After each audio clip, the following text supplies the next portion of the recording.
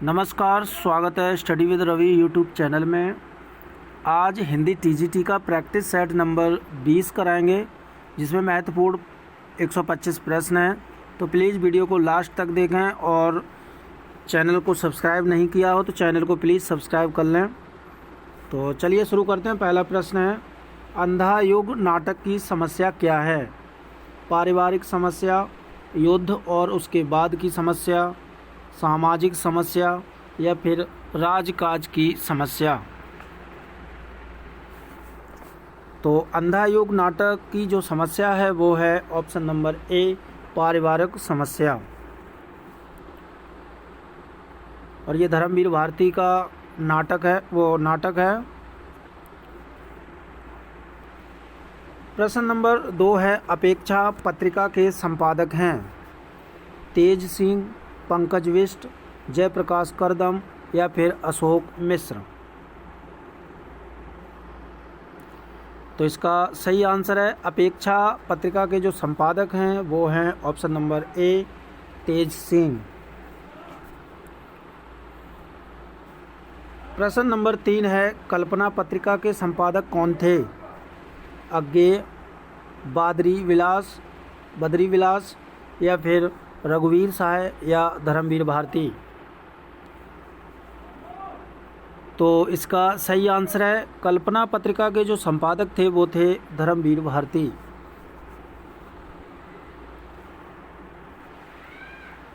प्रश्न नंबर 4 है, छायापथ किस विधा की रचना है?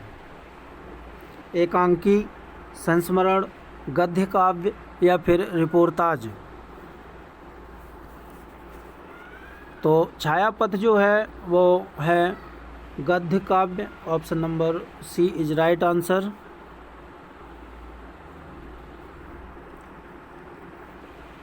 प्रश्न नंबर 5 है, भक्तन को कहा सीकरी सो काम, यह किस कवि की उक्ति है?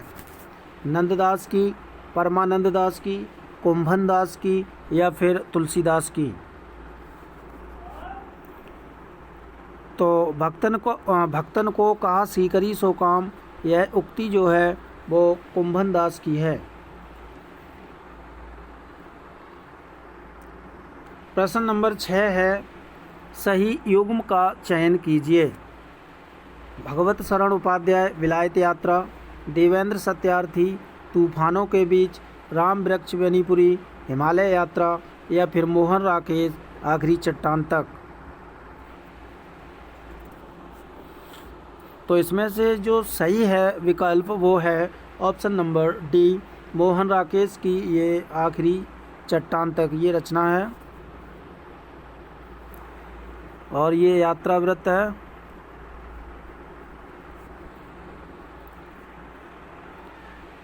प्रश्न नंबर 7 है, संविधान के किस अनुच्छेद के उपबंधों के अधीन रहते हुए संसद में कार्य हिंदी में या अंग्रेजी में किया गया?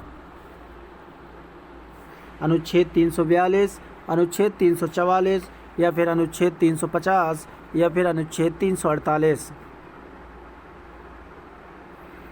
तो संविधान के अनुच्छेद उपबंधों के अधीन रहते हुए संसद में कार्य हिंदी में या अंग्रेजी में किया गया, ये किया गया है अनुच्छेद 348 के अनुसार।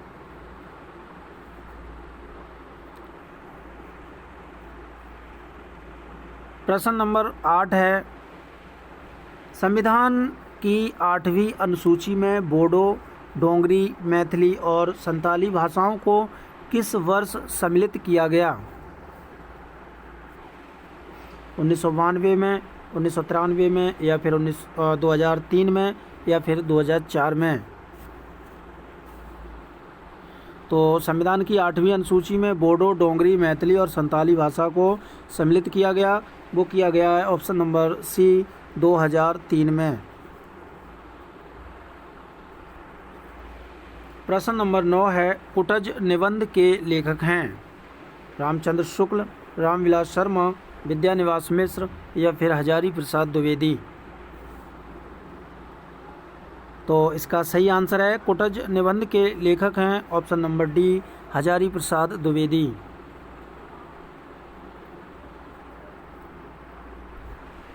प्रश्न नंबर 10 है, परिशिष्ट उपन्यास किस विषय पर केंद्रित है? धर्मांतरण, पर्यावरण, शिक्षा या फिर राजनीति? तो परिशिष्ट उपन्यास का जो विषय है वो है राजनीति, ऑप्शन नंबर डी। प्रश्न नंबर 11 है, वाक पत्रिका के वर्तमान संपादक कौन हैं? अरुण माहेश्वरी, रविंद्र कालिया, सुधीर पचौरी या फिर अरुण कमल? तो वाक पत्रिका के जो वर्तमान संपादक हैं वो हैं option number C, Sudhir Pachauri.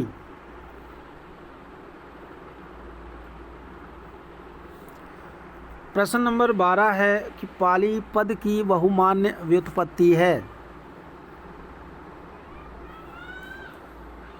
तो पाली पद की बहुमान्य व्युत्पत्ति है वो है ऑप्शन नंबर सी, पर्याय, पालियाल, पालियाय या फिर पालियाली या जो है पाली। तो ये इसकी उत्पत्ति है। प्रश्न नंबर 13 है, पाली भाषा के सर्वप्रधान व्याकरण हैं? कात्यायन, पतंजलि, पाणिनि या फिर हेमचंद्राचार्य?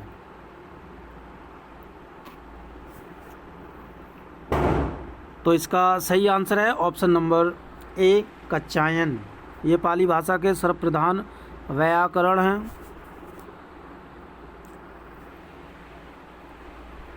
प्रश्न नंबर 14 है, रचना की दृष्टि से क्रिया के भेद हैं? 3, 2, 4 या फिर 5? तो इसका सही आंसर है, रचना की दृष्टि से क्रिया के भेद होते हैं 2।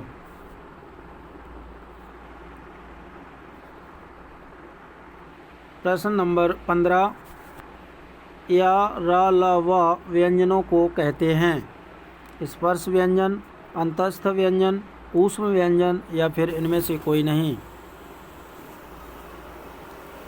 तो 15 का सही आंसर है, या रा ला वा व्यंजनों को कहते हैं अंतस्थ व्यंजन।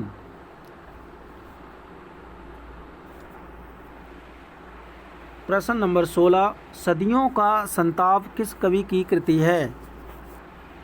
जयप्रकाश करदम की या फिर मोहनदास नैमिषारय की या ओम प्रकाश वाल्मीकि की या फिर सुशीला टकभोरे की?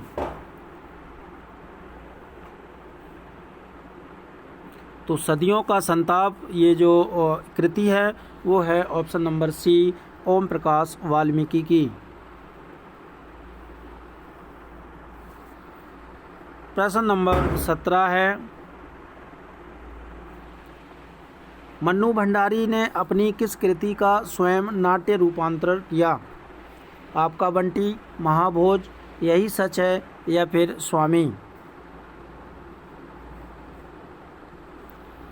तो मन्नू भंडारी ने अपनी जो है स्वयं नाट्य रूपांतरित किया, वो किया है महाभोज कृति में।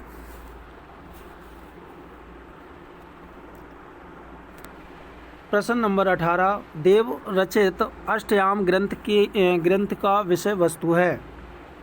ग्रंथ की विषय वस्तु है। तो इसका सही आंसर है ऑप्शन नंबर डी, नायक नायिका भेद के विविध विलासों का वर्णन, ये अष्टयाम में है।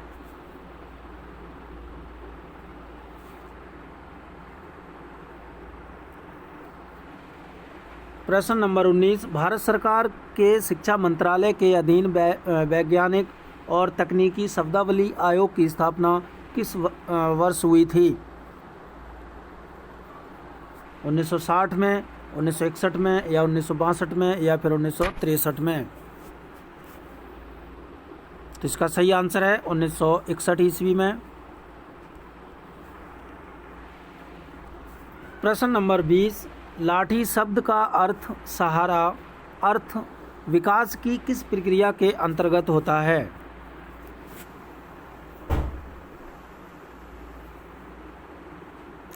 तो इसका सही आंसर है ऑप्शन नंबर डी, असूर्तीकरण का।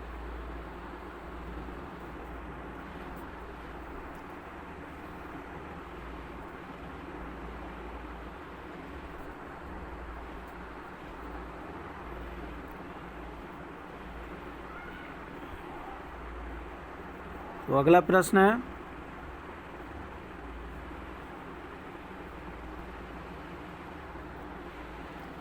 डॉक्टर धीरेन्द्र वर्मा ने वैदिक ध्वनियों की संख्या मानी है।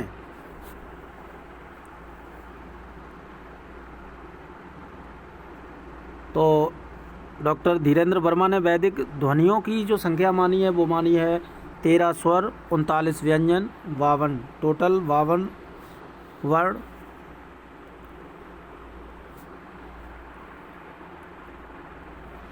प्रश्न नंबर 22, अकाल में सारस किस कवि का कविता संग्रह है? चंद्रकांत देवताले, उदय प्रकाश, केदारनाथ सिंह या फिर राजेश जोशी? तो इसका सही आंसर है option number C, Kedarnath Singh की ये कविता संग्रह है अकाल में सारस। प्रश्न नंबर 23, हिंदी का पहला समाचार पत्र उदंत मार्तंड प्रकाशित हुआ था। तो ये हुआ था 1826 ईस्वी में, और इसका जो प्रकाशन भूमि है वो है कोलकाता, जिसे पहले कलकत्ता बोलते थे।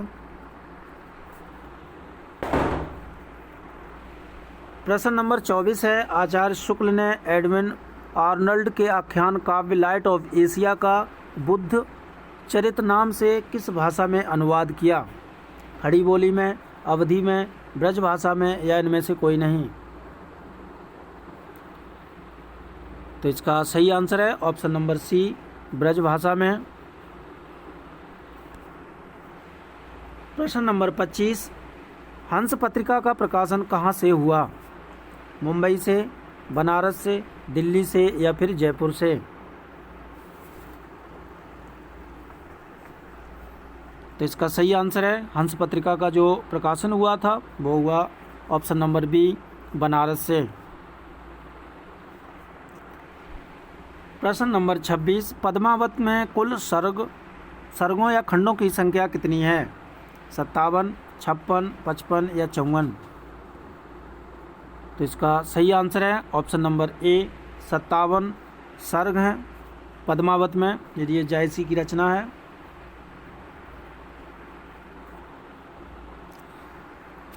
प्रश्न नंबर 27, ब्रजभाषा हेतु ब्रजवास ही न अनुमानो ऐसे ऐसे कविन की बानी हूँ जो सोच जानिए ये किस कवि की उक्ति है? ब्रजभाषा हेतु ब्रजवास ही न अनुमानो ऐसे ऐसे कविन की बानी हूँ सो जानिए, यह जो उक्ति है ये उक्ति है ऑप्शन नंबर बी, भिखारी दास की। प्रश्न नंबर 28, बोलगा से गंगा विधा की दृष्टि है? नाटक, कथा, निबंध, संग्रह या फिर यात्रा संस्मरण? तो इसका सही आंसर है ऑप्शन नंबर डी, यात्रा, ये यात्रा संस्मरण है। प्रश्न नंबर 29 है, आचार्य रामचंद्र शुक्ल ने किस रचना को ध्वनि काव्य माना है? सूरकृत भ्रमर गीत को या फिर सूरसागर को या सूर सारावली को या फिर साहित्य लहरी को? तो इसका सही आंसर है ऑप्शन नंबर ए, भ्रमर गीत को। ये सूरदास की रचना है और इस रचना को रामचंद्र शुक्ल ने ध्वनि काव्य माना है। प्रश्न नंबर 30, झोपड़ी से राजभवन तक के लेखक कौन हैं? तो इसका सही आंसर है, झोपड़ी से राजभवन तक के जो लेखक हैं वो हैं Mata Prasad, option number B. प्रश्न नंबर 31, राजभाषा नियम 1976 में कुल कितने नियम हैं?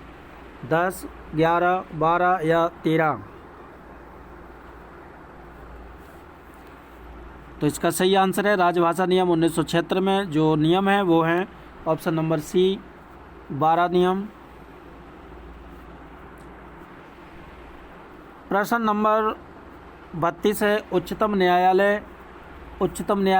उच्च न्यायालयों में अधिनियमों, विधेयकों आदि के लिए प्रयोग की जाने वाली भाषा का उल्लेख संविधान के किस अनुच्छेद में है? अनुच्छेद 346 या अनुच्छेद 345 या फिर अनुच्छेद 347 या अनुच्छेद 348। तो इसका सही आंसर है ऑप्शन नंबर डी, अनुच्छेद 348।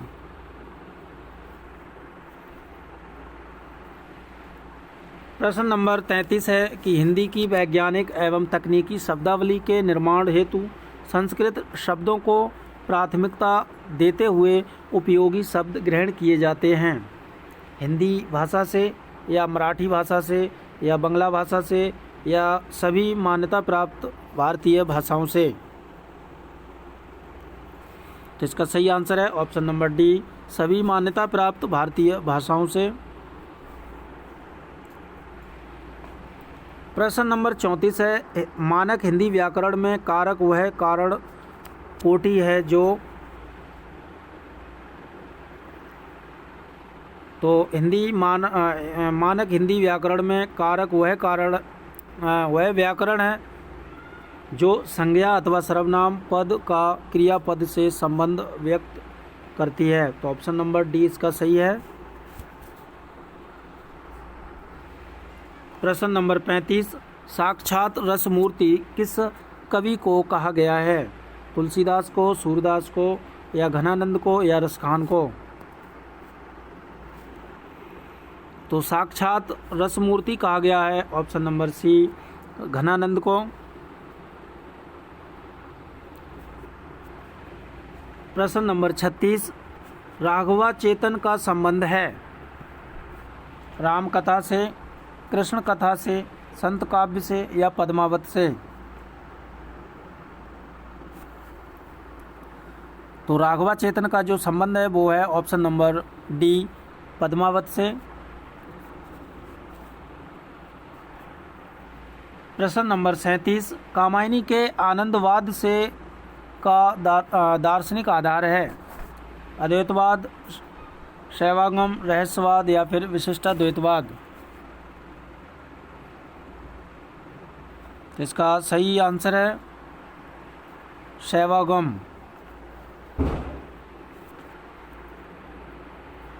प्रश्न नंबर 38, बिहारी सतसई के प्रसिद्धि का प्रमुख कारण है?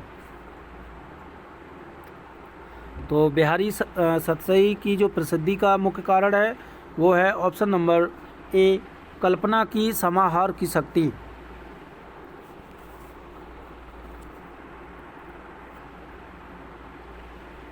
प्रश्न नंबर 39, बूंदी नरेश महाराज भाव सिंह का आश्रित कवि निम्नलिखित में से कौन था?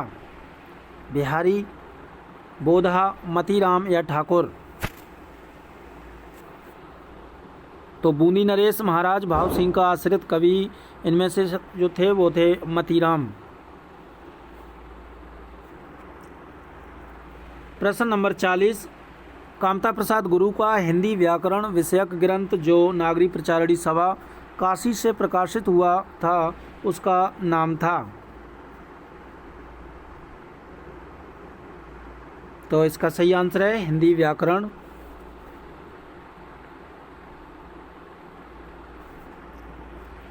प्रश्न नंबर 41, देवनागरी लिपि का विकास किस लिपि से हुआ है? खरोष्ठी, कुटिल, ब्राह्मी या फिर गुप्त लिपि? तो देवनागरी लिपि का जो विकास हुआ है वो हुआ है ब्राह्मी लिपि से। Option number C is right answer.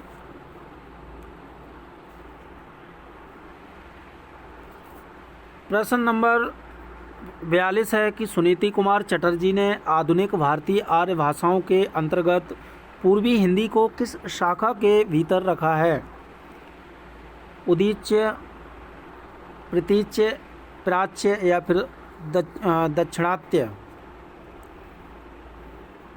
तो इसका सही आंसर है ऑप्शन नंबर सी, प्राच्य।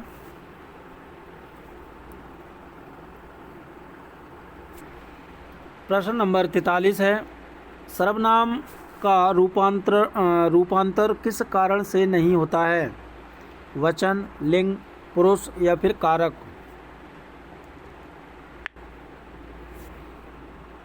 तो इसका सही आंसर है ऑप्शन नंबर बी, लिंग, के कारण सर्वनाम का रूपांतरित नहीं होता है।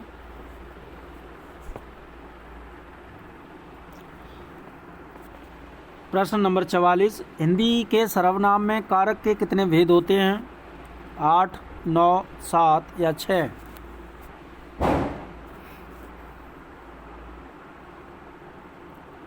तो इसका सही आंसर है ऑप्शन नंबर सी, 7। प्रश्न नंबर 45, हिंदी का प्रथम व्याकरण लिखने वाले विद्वान हैं?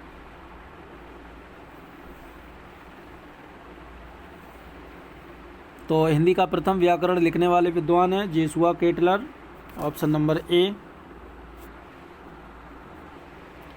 प्रश्न नंबर 46, हिंदी के प्रथम समाचार पत्र का स्वरूप कैसा था? मासिक, पाक्षिक, दैनिक या फिर साप्ताहिक? तो हिंदी के प्रथम समाचार पत्र का जो स्वरूप था वो था साप्ताहिक। प्रश्न नंबर 47, निम्नलिखित शब्द युग्मों में कौन सा असंगत है?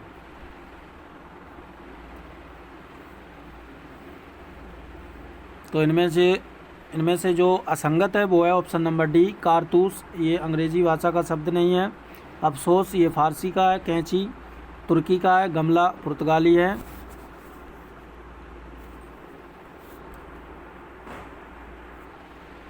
प्रश्न नंबर 48, प्रसिद्ध कहानीकार विजयादान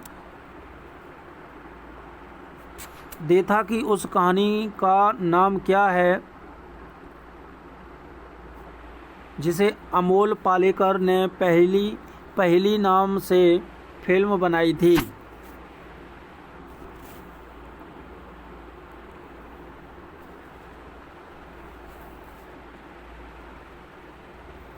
तो इसका सही आंसर है ऑप्शन नंबर ए, दुविधा फिल्म बनाई थी पहली नाम से।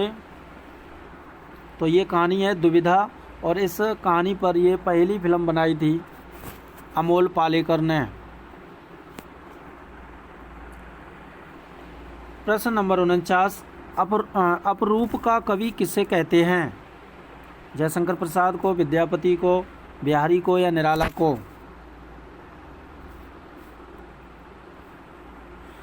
तो अपरूप का कवि कहते हैं ऑप्शन नंबर बी, विद्यापति को। प्रश्न नंबर 50 है कि भारतेंदु हरिश्चंद्र के निम्नांकित नाटकों में से कौन सा उनका मौलिक नाटक नहीं है, अनुदित नाटक है? तो इनमें से जो रत्नावली नाटक है ये अनुदित नाटक है हरिश्चंद्र का। प्रश्न नंबर 51, मानक स्वर कितने होते हैं? 7, 6, 9 या फिर 8?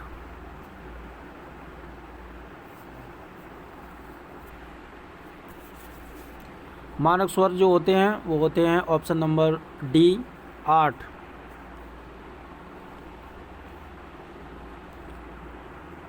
प्रश्न नंबर 52 है, किस विद्वान ने देवनागरी लिपि के स्थान पर रोमन लिपि स्वीकार करने का सुझाव दिया था?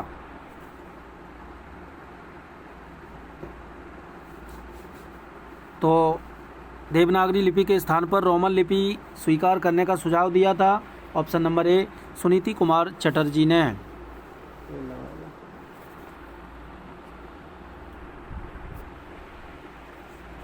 प्रश्न नंबर 53 है, माटी की मूर्तें शीर्षक से रेखा चित्र किस लेखक ने लिखा है?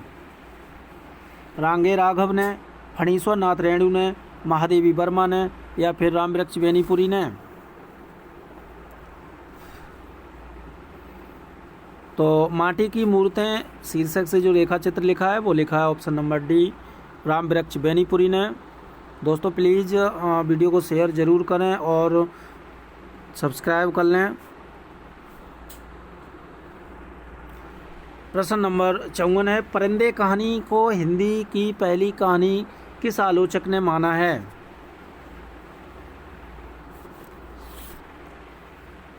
तो परिंदे कहानी को हिंदी की पहली कहानी जो माना है वो माना है ऑप्शन नंबर ए डॉक्टर नामवर सिंह ने।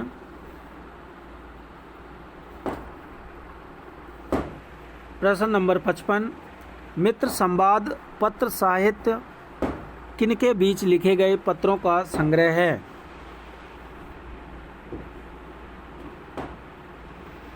तो मित्र संवाद जो पत्र साहित्य है वो लिखा गया है ये रामविलास शर्मा और केदारनाथ अग्रवाल के बीच।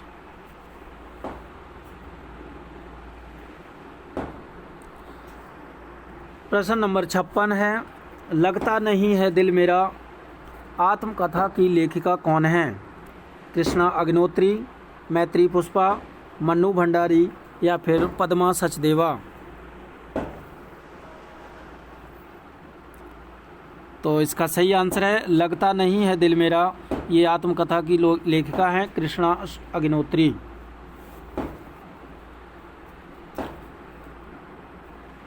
प्रश्न नंबर 57, हिंदी जाति की अवधारणा के पुरस्कर्ता कौन हैं? अज्ञेय, डॉक्टर नगेंद्र, रामविलास शर्मा या फिर रामचंद्र शुक्ल? तो हिंदी जाति की जो अवधारणा के पुरस्कर्ता हैं वो हैं option number C Ramvilas Sharma.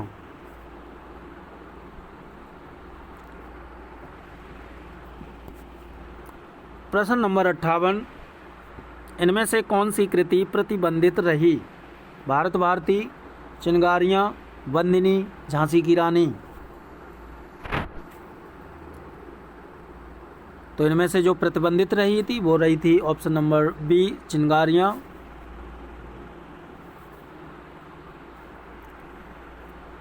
प्रश्न नंबर 59, जगदम्बा बाबू गांव आ रहे हैं कहानी संग्रह किस कथा लेखिका का है? ममता कालिया, चित्रा मुदगल, मैत्री पुष्पा या राजी सेठ?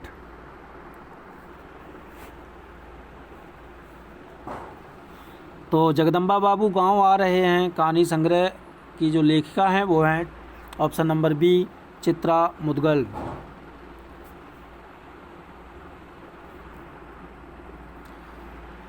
प्रश्न नंबर 60, इनमें से कौन सी भाषा संविधान की 8वीं अनुसूची में नहीं है? डोंगरी, भोजपुरी, मैथिली, बोडो? तो इनमें से जो भाषा संविधान की 8वीं अनुसूची में नहीं है वो है ऑप्शन नंबर बी भोजपुरी। प्रश्न नंबर 61, विस्मय या आश्चर्य किस रस का स्थायी भाव है? तो विस्मय या आश्चर्य जो स्थायी भाव है वो है ऑप्शन नंबर सी अद्भुत रस का।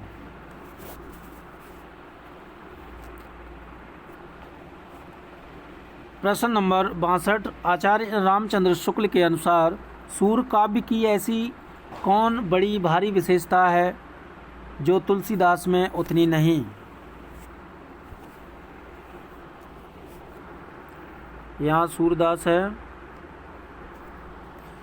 तो आचार्य शुक्ल के अनुसार सूरदास की ऐसी कौन सी बड़ी भारी विशेषता है जो तुलसीदास में नहीं है? तो इसका सही आंसर है ऑप्शन नंबर सी नवीन प्रसंगों की उद्भावना।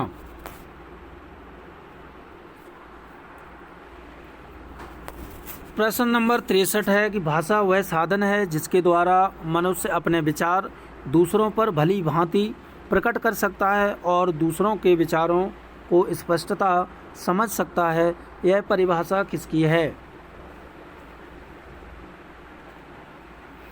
तो यह परिभाषा है कामता प्रसाद गुरु की।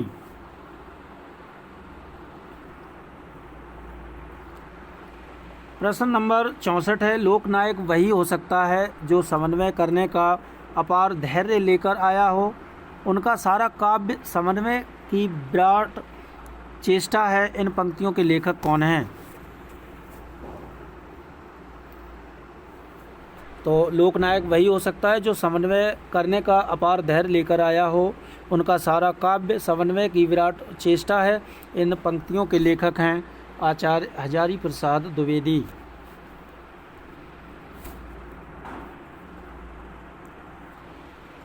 प्रश्न नंबर 65, भरत मुनि के रस सूत्र की अनुमतिवाद पर आधारित व्याख्या किस आचार्य की है?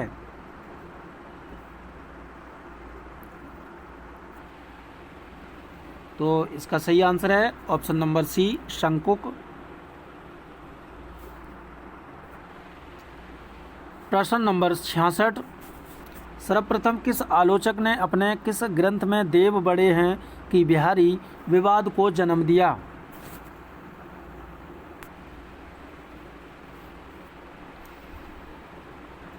तो इसका सही आंसर है ऑप्शन नंबर ए, मिश्र बंधु। हिंदी नवरत्न में ये ग्रंथ लिखा कि देव बड़े हैं कि बिहारी।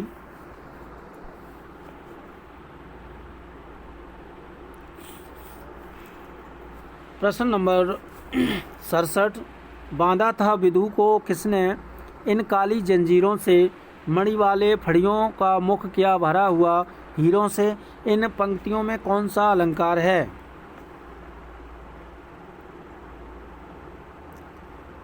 तो बांधा था विदु को किसने, इन काली जंजीरों से मणि वाले फड़ियों का मुख क्या भरा हुआ हीरों से।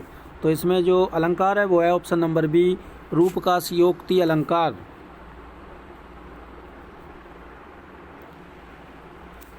प्रश्न नंबर 68 है कि देव कवि किस जिले के थे? मैनपुरी, बनारस, गोरखपुर या इटावा। तो इसका सही आंसर है ऑप्शन नंबर डी, इटावा। और इनका जन्म हुआ था 1673 ईस्वी में।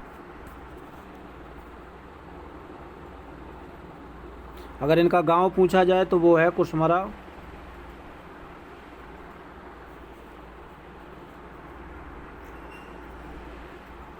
प्रश्न नंबर 69 है कि रामचंद्र शुक्ल ने हिंदी साहित्य का इतिहास के आधुनिक गद्य साहित्य परंपरा का प्रवर्तन के अंतर्गत प्रथम उत्थान की कालावधि निर्धारित की है।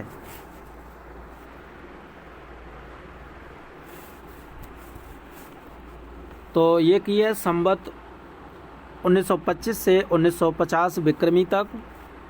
तो इसका सही आंसर हो जाएगा ऑप्शन नंबर बी। प्रश्न नंबर 70, अखरावट काव्य कृति के रचयिता कौन हैं? उस्मान, जायसी, मंझन या कुतुबन। तो 70 का जो सही आंसर है वो है ऑप्शन नंबर बी, जायसी की ये रचना है अखरावट।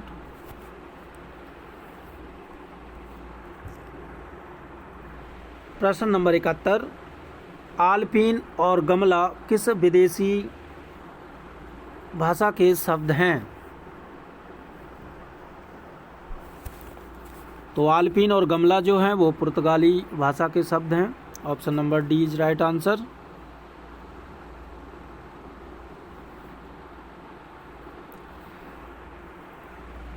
प्रश्न नंबर 72, भक्ति काल के किस कवि को जड़िया विशेषण से विभूषित किया जाता है?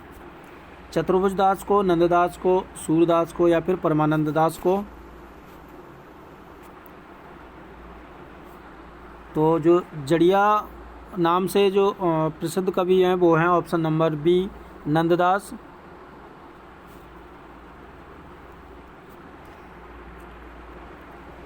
प्रश्न नंबर 73, रचना के आधार पर काव्य के भेद हैं?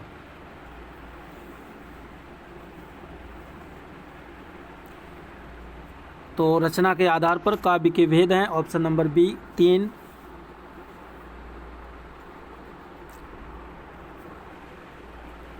प्रश्न नंबर 74, कत देखाए कामिनी दही दामिनी को यह बाह और थर थराती सो तन फिरे फर फराती घन माही, किस कवि की पंक्ति है? अब्दुल रहीम खान खाना या फिर बिहारी लाल या सैयद गुलाम नबी रसलीन या फिर भिखारी दास।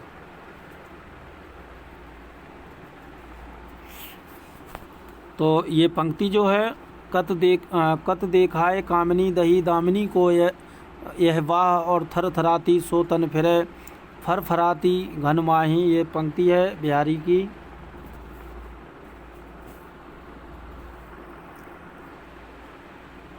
प्रश्न नंबर 65, बहुत सॉरी,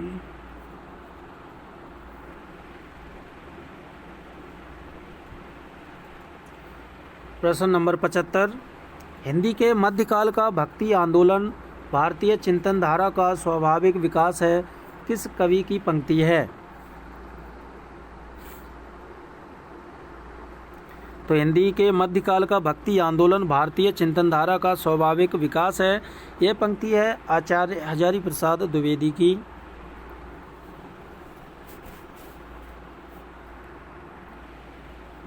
प्रश्न नंबर 76, दंडी के काव्य शास्त्रीय ग्रंथ का नाम क्या है?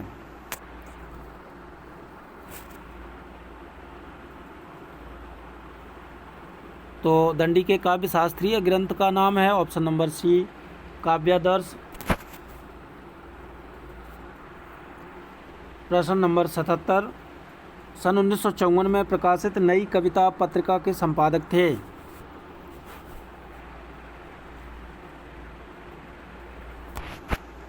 तो 1954 में प्रकाशित नई कविता पत्रिका के जो संपादक थे वो थे ऑप्शन नंबर डी, जगदीश गुप्त।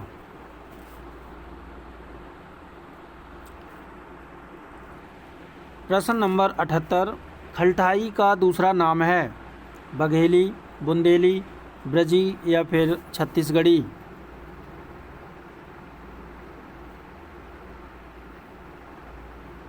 तो इसका खलठाई का जो दूसरा नाम है वो है छत्तीसगढ़ी, ऑप्शन नंबर डी। प्रश्न नंबर 79, स्वनेम का अर्थ है? वर्ण, अक्षर, शब्द या ध्वनि? तो स्वनेम का जो अर्थ होता है वो होता है ध्वनि।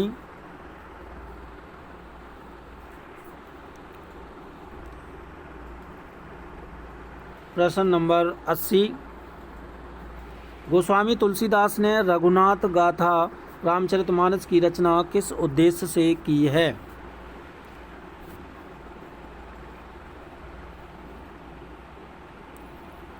तो ये की है ऑप्शन नंबर डी, स्वांतः सुखाय के लिए।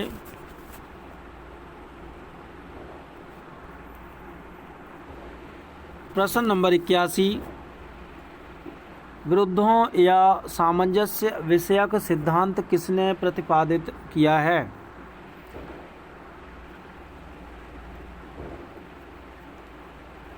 तो ये किया है आचार्य रामचंद्र शुक्ल ने। प्रश्न नंबर 82, किस सूफी कवि की रचना में दोहा चौपाई के स्थान पर बरवे चौपाई छंद का प्रयोग हुआ है?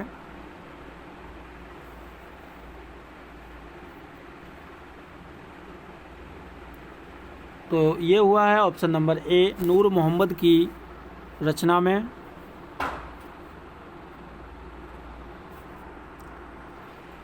प्रश्न नंबर 83, भट्ट लोलट द्वारा प्रतिपादित मत कौन सा है?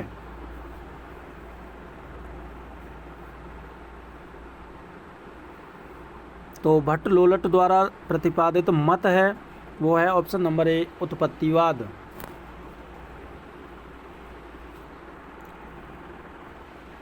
प्रश्न नंबर 84, काव्य शोभाकारान धर्मालंकारत प्रच्छते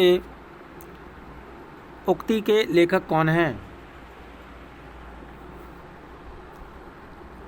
काव्य शोभाकारान धर्मालंकारत प्रच्छते उक्ति के लेखक हैं ऑप्शन नंबर डी, दंडी। प्रश्न नंबर 85, सदल मिश्र की भाषा की विशेषता है? तो सदल मिश्र की भाषा की विशेषता है पूर्वीपन। प्रश्न नंबर 86, कविता की तीसरी आंख के रचनाकार हैं?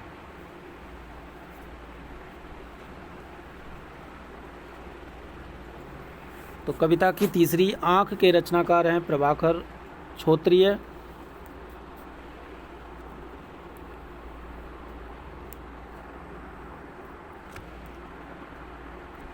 प्रश्न नंबर 87, भक्ति काल को हिंदी काव्य का स्वर्ण युग सर्वप्रथम किसने कहा?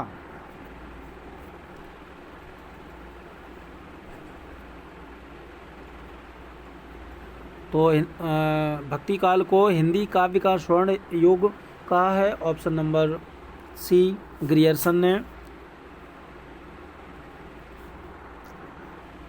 प्रश्न नंबर 88, हिंदी के काव्य भाषा परक समीक्षक का नाम है?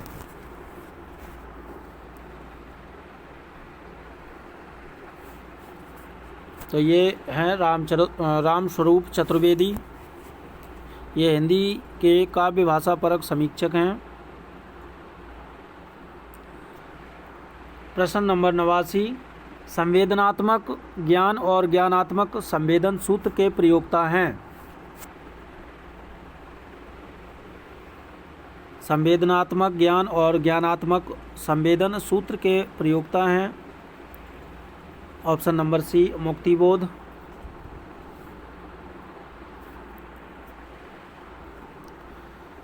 प्रश्न नंबर 90 है कि आचार्य रामचंद्र शुक्ल ने किस कवि को कठिन काव्य का प्रेत कहा था? तो ये कहा था केशवदास को। प्रश्न नंबर 91, काव्यम रसात्मक काव्यम वाक्यम रसात्मक काव्यम काव्य परिभाषा के प्रस्तोता हैं?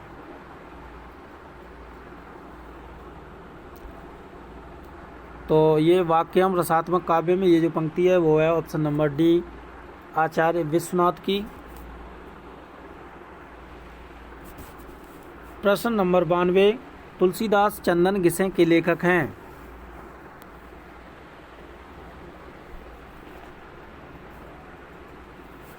तो तुलसीदास चंदन घिसें के लेखक हैं option number B, Harishankar Parsai.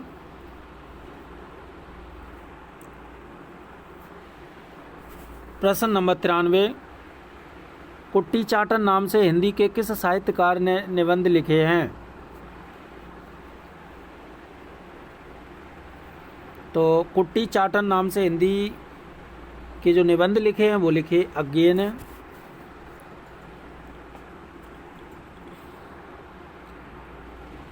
प्रश्न नंबर 94, बांगरू किस उपभाषा वर्ग की बोली है?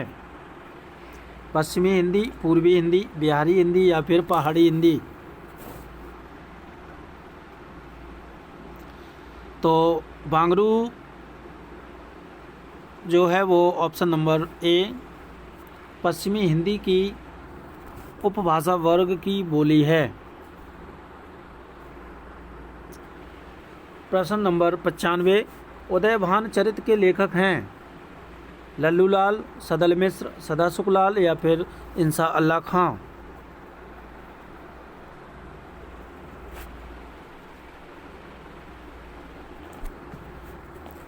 तो उदयभान चरित के जो लेखक हैं वो हैं ऑप्शन नंबर डी, इंसा अल्लाह खां।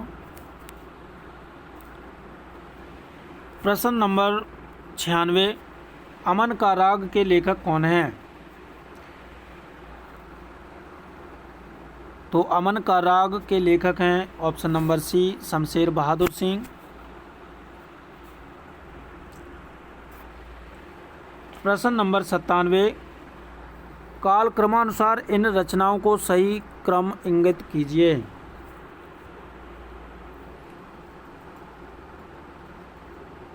तो इसका जो सही क्रम है वो है ऑप्शन नंबर डी, मृगावती पहले आएगी, फिर उसके बाद पद्मावत, फिर मधुमालती, फिर चित्रावली।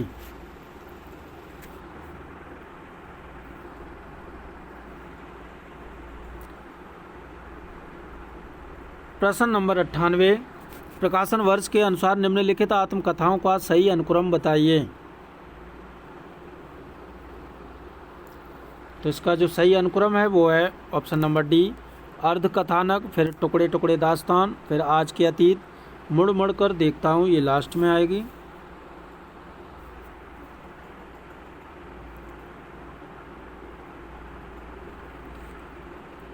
प्रश्न नंबर 99, स्पर्श व्यंजनों को उच्चारण स्थान के आधार पर कितने वर्गों में बांटा गया?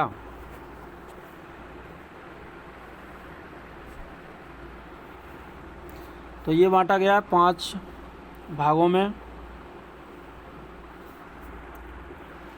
प्रश्न नंबर 100, प्रकाशन वर्ष के अनुसार निम्नलिखित महाकाव्यों का सही अनुक्रम है।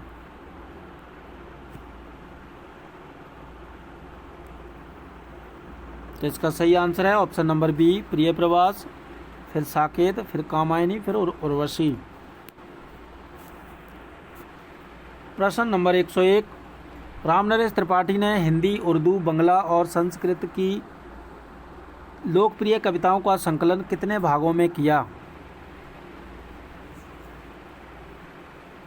तो ये किया है ऑप्शन नंबर डी, 8 भागों में। अगला प्रश्न है, इनमें से कौन सा भाववाचक संज्ञा है?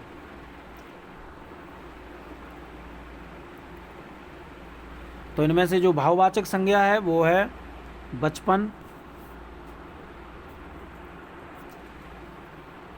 प्रश्न नंबर 103, निजवाचक सर्वनाम का प्रयोग किस काव्य में हुआ है?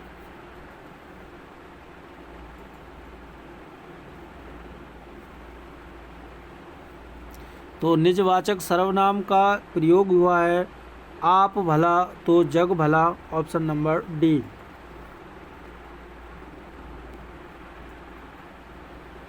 भूतकाल के कितने भेद हैं? 3, 5, 6 या 7? तो भूतकाल के भेद हैं ऑप्शन नंबर सी, 6। प्रश्न नंबर 105, कवि शब्द का स्त्रीलिंग शब्द क्या है?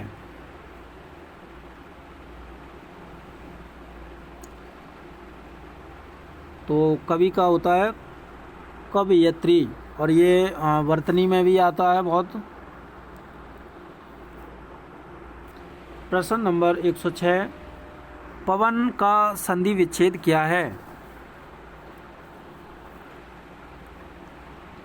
तो पवन का संधि विच्छेद होगा पो धन अन पवन। अगर पावन होता, पावन का संधि विच्छेद तो हो जाता पो धन अन।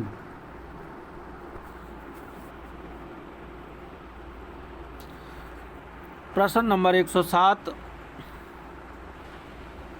यथाशक्ति शब्द में कौन सा समास है? तो यथाशक्ति में जो समास है वो है ऑप्शन नंबर ए, अव्ययी भाव समास।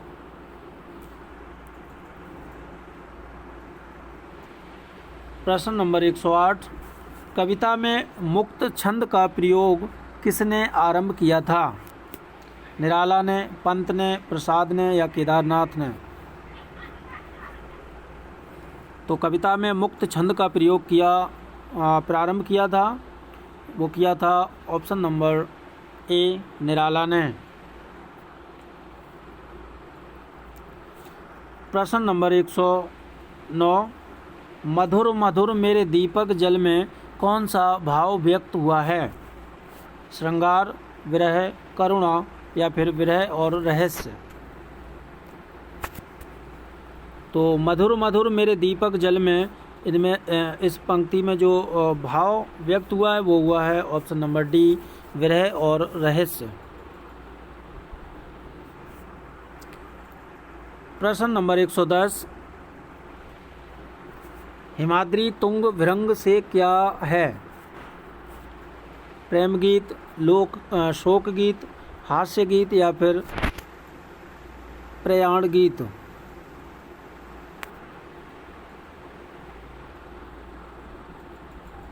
तो इसका सही आंसर है ऑप्शन नंबर डी, प्रयाण गीत। प्रश्न नंबर 111, जी हाँ हुजूर मैं गीत बेचता हूँ किस कविता की पंक्ति है? रोटी, ऊषा, स्वदेशी शासक या फिर गीत फरोश? तो इसका सही आंसर है ऑप्शन नंबर डी, गीत फरोश कविता से ये पंक्ति है जी हाँ हुजूर, मैं गीत बेचता हूँ। ये भवानी प्रसाद मिश्र की कविता है। प्रश्न नंबर 112, जनतंत्र का जन्म किस कवि की रचना है? दिनकर, महादेवी वर्मा, धूमिल या रघुवीर साय?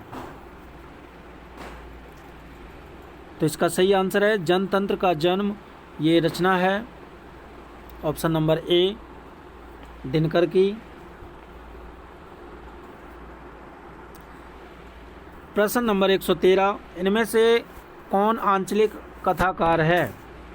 प्रेमचंद, प्रसाद, कमलेश्वर या फिर फणीश्वर नाथ रेणु?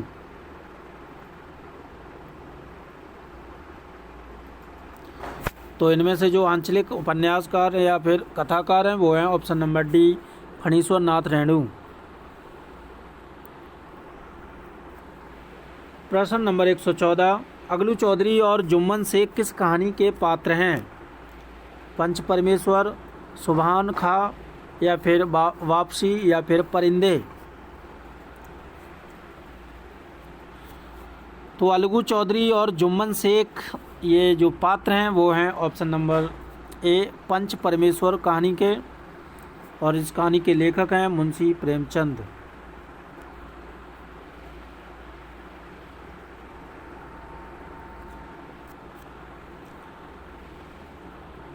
प्रश्न नंबर 115, दिल्ली में एक मौत किस कहानीकार की रचना है?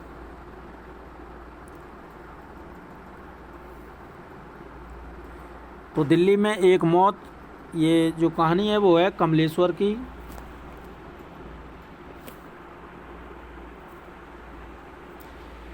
प्रश्न नंबर 116, भारत विभाजन और सांप्रदायिकता की घटनाओं से संबंधित कौन सी कहानी है?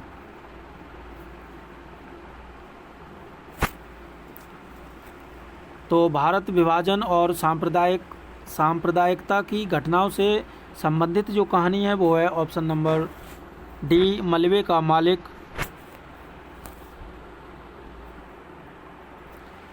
प्रश्न नंबर 117, वापसी कहानी में किस पात्र की वापसी का जिक्र है? गणेशी का, नरेंद्र का, अमर का या फिर गजाधर बाबू का? तो वापसी कहानी में जो पात्र है उसकी वापसी का जिक्र है वो है ऑप्शन नंबर डी, गजाधर बाबू का। प्रश्न नंबर 118, शिव का विशेषण क्या है? तो शिव का जो विशेषण होगा वो होगा शैव।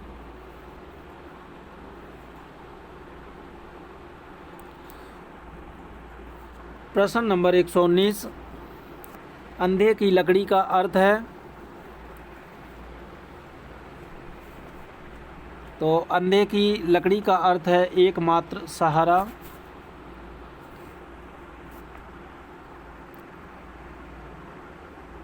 प्रश्न नंबर 120, वीरू और जय में चोली दामन का साथ है रेखांकित मुहावरे का अर्थ है?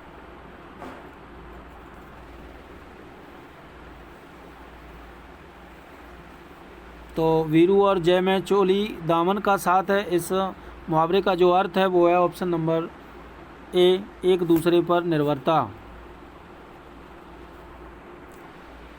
प्रश्न नंबर 121, टिप्पस लगाना का अर्थ है?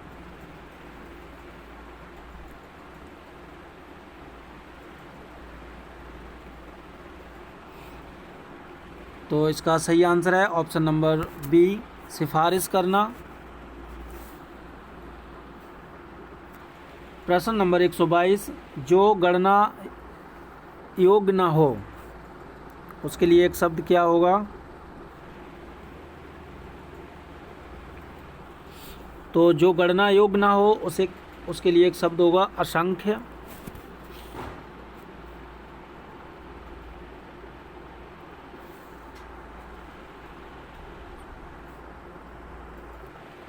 प्रश्न नंबर 123, शिव की आराधना करने वाले को क्या कहते हैं?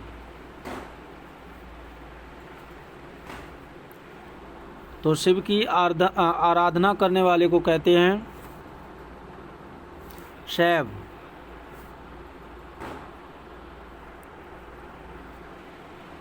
प्रश्न नंबर 124, हिंदी संस्था के 25 वर्ष पूरे होने पर, वो किसी संस्था के 25 वर्ष पूर्ण होने पर होने वाले महोत्सव या उत्सव के लिए एक शब्द है।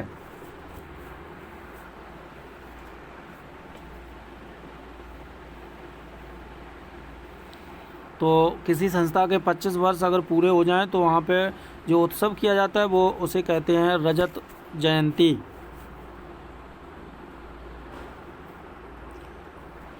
प्रश्न नंबर 125 और ये इस प्रैक्टिस सेट का लास्ट प्रश्न है, उज्ज्वल का सही संधि विच्छेद है।